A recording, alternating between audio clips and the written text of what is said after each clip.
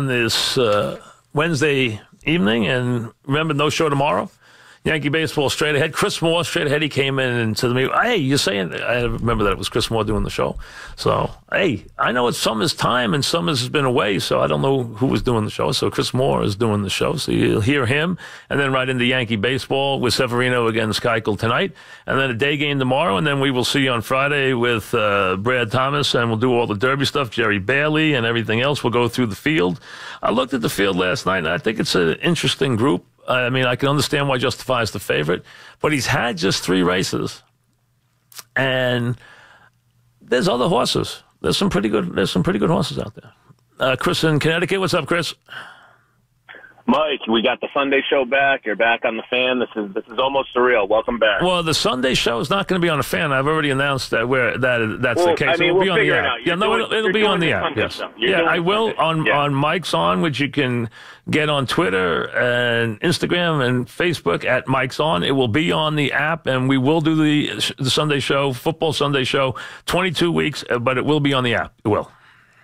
Look at that, setting you up for a quick plug. There you go. That's what I need, a plug. I want to talk about I want to talk about the Giants for a second. So I'm actually glad you ended up being wrong about the fact of them choosing a quarterback, because I was okay with anything but a quarterback. I think gives the Giants a clear. The Giants could have very easily taken a quarterback, and they wouldn't have been wrong for doing it. I understand they had a commitment to go one way or the other. They wouldn't have been wrong if they went the other way either. It would have been very fair to do that.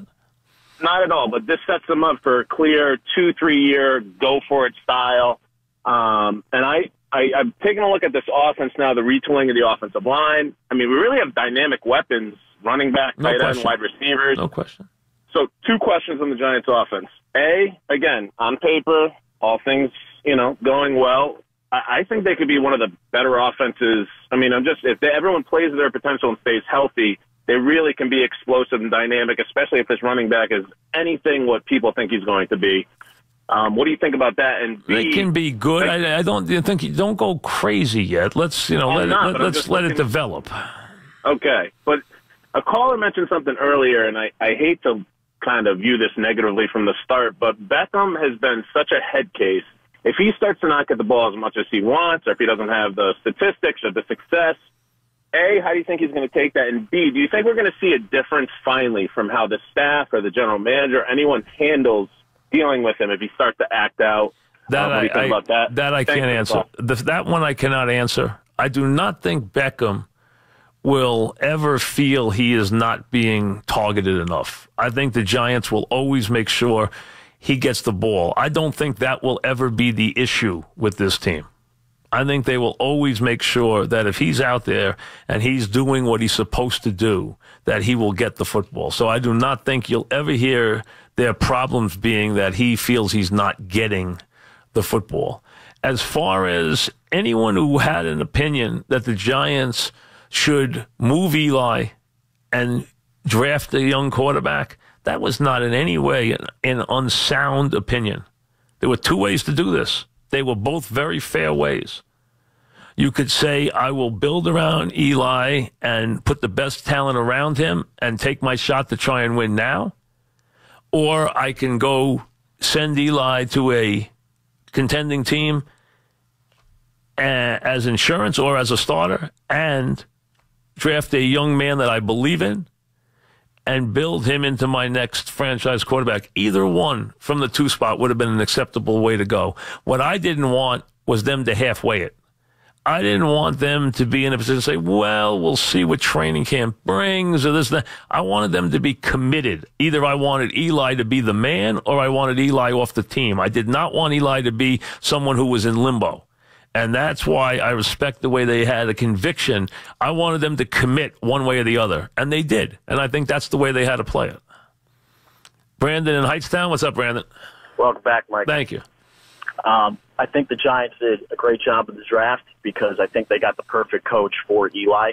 His track record. He is a very good quarterback. He's a very good quarterback coach. Yeah, even when he was with the Browns, that was Colt McCoy's best year underneath him. So I just think he's going to put Eli in the best system suited for him that's going to help him succeed. And I think they just hit it out of the park with that hire. I think that's fair. You know, he's kind of a quarterback guru, as you know. That's kind of his thing. Now, listen, Eli's a very veteran quarterback. I want to see more of the big play offense. I think you will also see that because now what Barkley does is he opens up a lot of underneath throws for Eli that will be there because of the running threat that have not been there. Plus, second and short is a down that quarterbacks cash in on.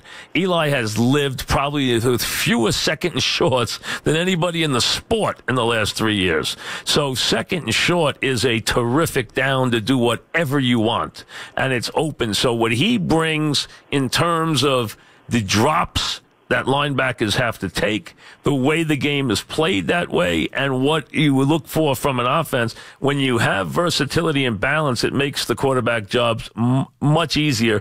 Add explosiveness, and the quarterback is in a very special place. Jim in Lincoln Park. What's up, Jim?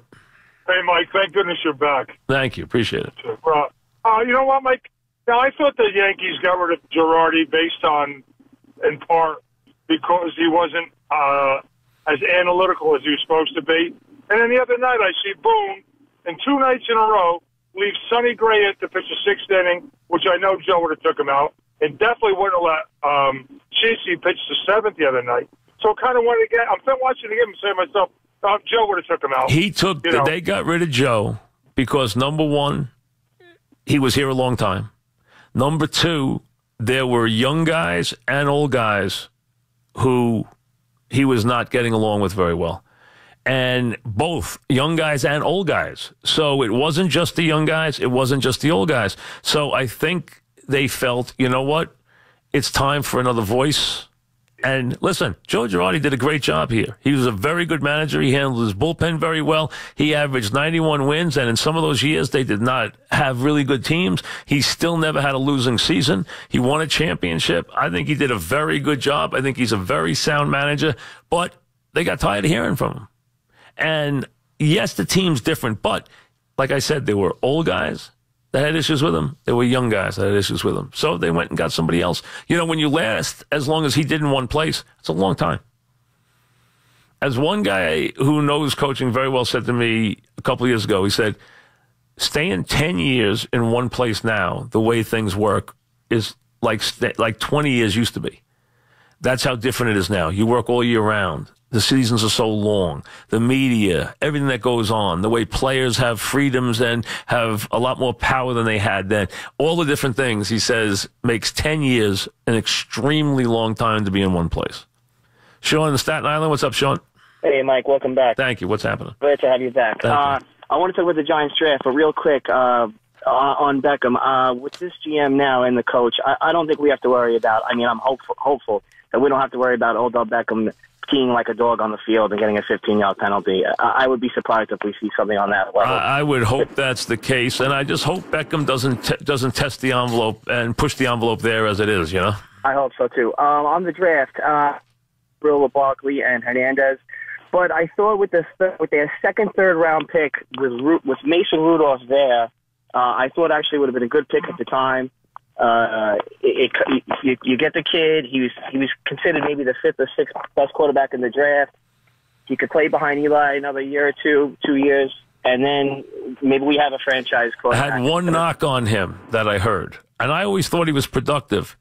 2 things: didn't interview well, and did not do well on his intelligence tests.